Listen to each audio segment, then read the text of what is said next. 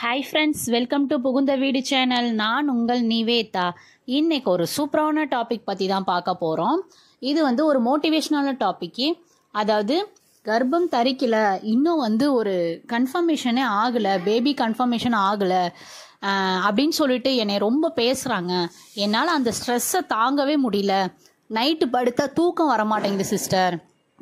இந்த மாதிரி நிறையா என்கிட்ட பேசுகிறீங்க, பர்சனலாக பேசுகிறீங்க, உங்களோட மனசு கஷ்டத்தை ஷேர் பண்ணுறீங்க. ஸோ என்கிட்ட பேசுகிற சப்ஸ்கிரைபர் மட்டும் இல்லாமல் நம்மளோட சேனலோட சப்ஸ்கிரைபருக்கும் இந்த வீடியோ ரொம்ப யூஸ்ஃபுல்லாக இருக்கும் நம்பி தான் இந்த டாபிக் எடுத்தேன்.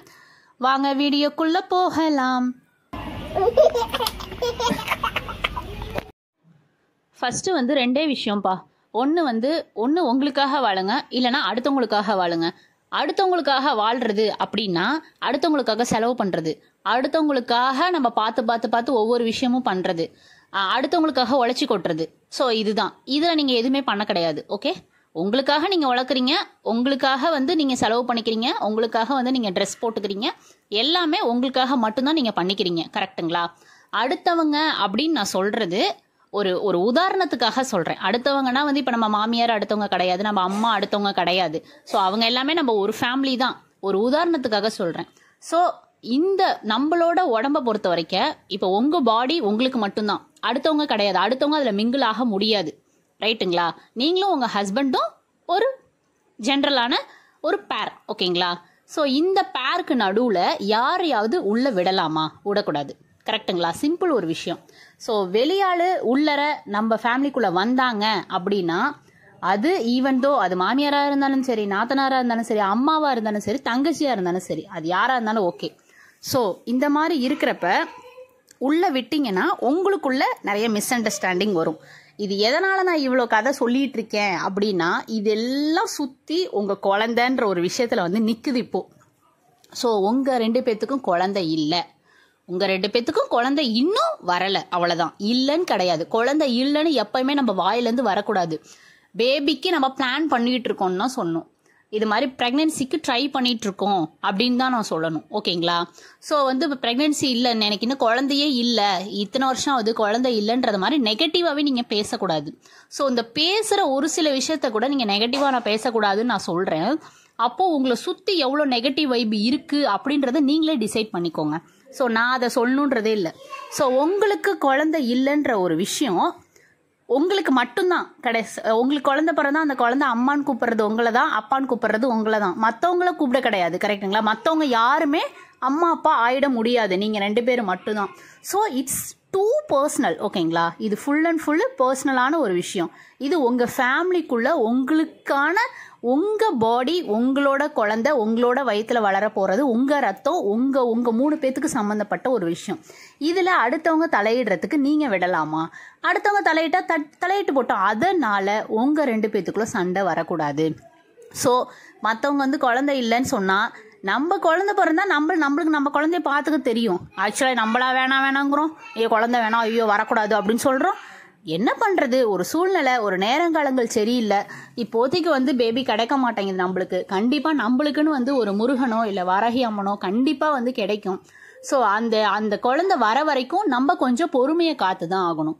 ஸோ அந்த மாதிரி நேரத்தில் மற்றவங்க அதை சொல்கிறாங்க, மற்றவங்க இதை சொல்கிறாங்க, எனக்கு ஸ்ட்ரெஸ்ஸாக இருக்குது, எனக்கு தூங்க முடியல அப்படின்னு நீங்கள் எப்படி சொல்லலாம்? அது உங்கள் குழந்தை, உங்களுக்கான குழந்தை, உங்கள் ஃபேமிலி.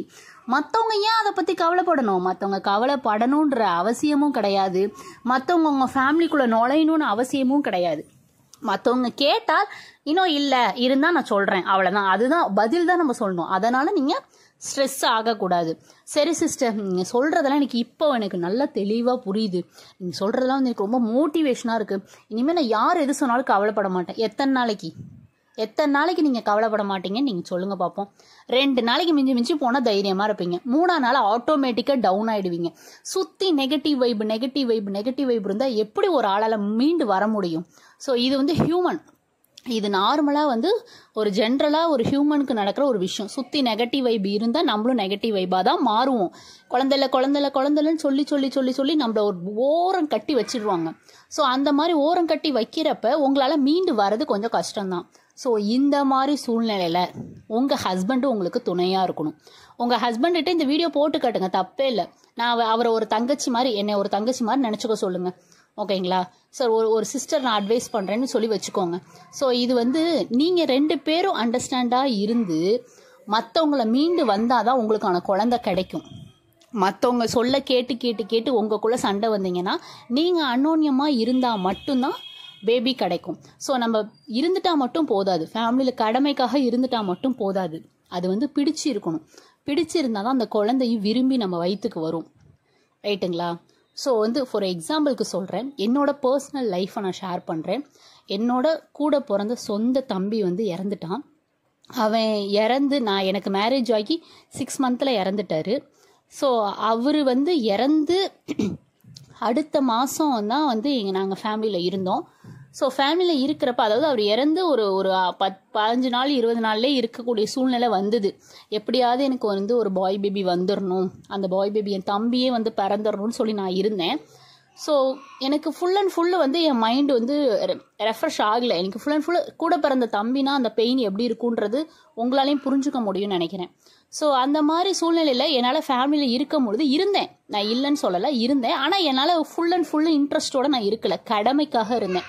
நம்மளுக்கு ஒரு குழந்தை வேணும், நம்மளுக்கு ஒரு பாய் பேபி வேணும், நம்ம தம்பி நம்மளுக்கு வேணும் அப்படின்ற, அதாவது நம்ம அம்மா அப்பாவை மீட்டு கூட்டு வரணும், இந்த கஷ்டத்துலேருந்து நம்ம அம்மா அப்பாவை மீட்டு கூட்டு வரணும், அதுக்கு நம்ம ப்ரெக்னெண்ட்டாக இருந்தால் தான் அவங்க ஹாப்பியாக இருப்பாங்க. ஸோ இதுலேருந்து மீள்றதுக்கு ஒரே சொல்யூஷன், நம்மளுக்கு குழந்தை வேணும். இந்த ஒரே ஒரு பாயிண்ட்டை மட்டும் நான் மைண்டில் வச்சுக்கிட்டு நான் ஃபேமிலியில் இருந்தேன். ஸோ எனக்கு அந்த மாதம் பேபி தரிக்கல, ஏன்னா அது நான் கடமைக்காக இருந்தேன், எனக்கு பிடிச்சு நான் இருக்கல.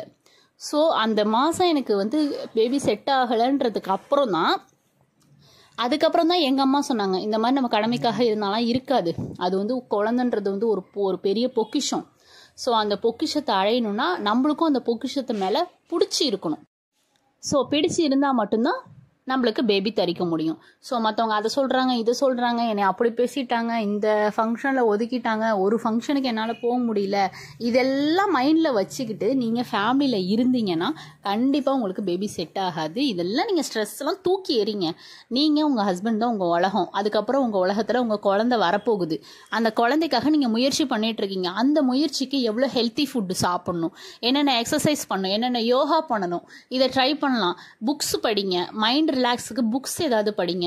ஸோ எனக்கு அதெல்லாம் இன்ட்ரெஸ்ட் இல்லை சிஸ்டர், சாங்ஸ்லாம் பிடிக்கணும், சாங்ஸ் கேளுங்க, டான்ஸ் பண்ணுங்க. ஸோ உங்களுக்கு எது பிடிக்குமோ ஃபஸ்ட்டு நீங்கள் ரிலாக்ஸேஷன் ஆகிட்டு அதுக்கப்புறமேல குழந்தைக்காக பிளான் பண்ணால் மட்டும்தான் உங்களுக்கு பேபி இருக்கும்.